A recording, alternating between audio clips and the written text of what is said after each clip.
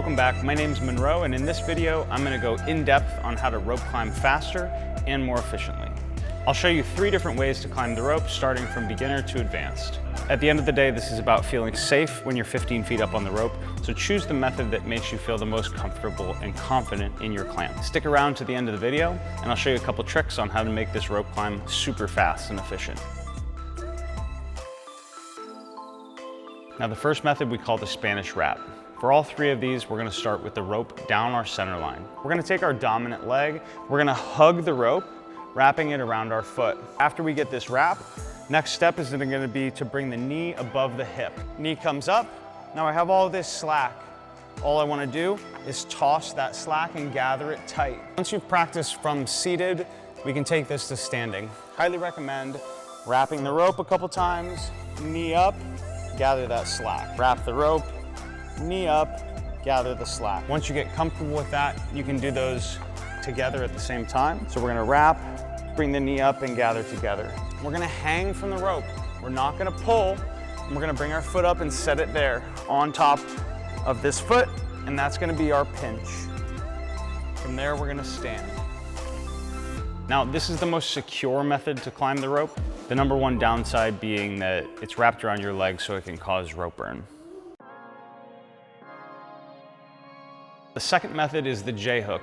The J-hook takes a lot more clamping pressure from your feet and a little bit more skill, but it's faster and it won't burn you on the way down.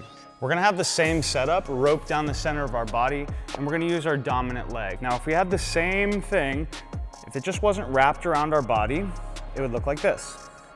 So that's how we're gonna set up for the J-hook. We're gonna take our other foot, our non-dominant leg, we're gonna grab the rope with our toe, we're gonna bring it on top with our heel, and that's our pinch. You notice it makes a J, that's why it's called the J-hook. From here, everything is the same. We're just going to stand. Now, this method from the floor takes a little bit more confidence in your hanging ability and your grip on the rope. Again, we want rope down the middle, knee on one side, foot on the other. From here, we're going to toe under, foot on top. That's gonna be your pinch. From there, we stand. This is definitely a better option to practice once you get comfortable climbing with the Spanish wrap, but the next method to climb the rope, in my opinion, is the best. Now, this method is the fastest to get in and out of, but it also requires the most amount of pressure for you to clamp on the rope with your feet. We're gonna set up the same way we did for the J-hook. Rope down the center, knee on the right, foot flexed on the left. From here, we're gonna take our non-dominant foot, we're gonna gather with the toe, and we're just gonna pinch right there. That's it. Top, bottom pinch on your toes. You're gonna stand on the rope, same as the other methods. So the speed pinch from the floor, like I said, takes the most amount of clamping pressure, so make sure that your feet are solidly pinched before you start to stand on the rope. Reaching up high, we're gonna slide that shin up to keep the rope close.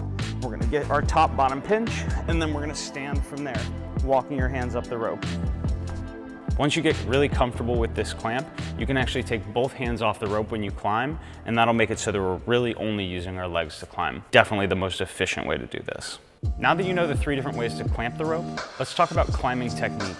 And if you're enjoying the video, make sure to like and subscribe. The whole idea here is we want to use our legs to climb the rope as much as possible. As long as you can hang from the rope for 10 to 15 seconds, you can likely climb the rope with this technique. Now, the same concept we use on the pull-up bar, we want to apply to the rope.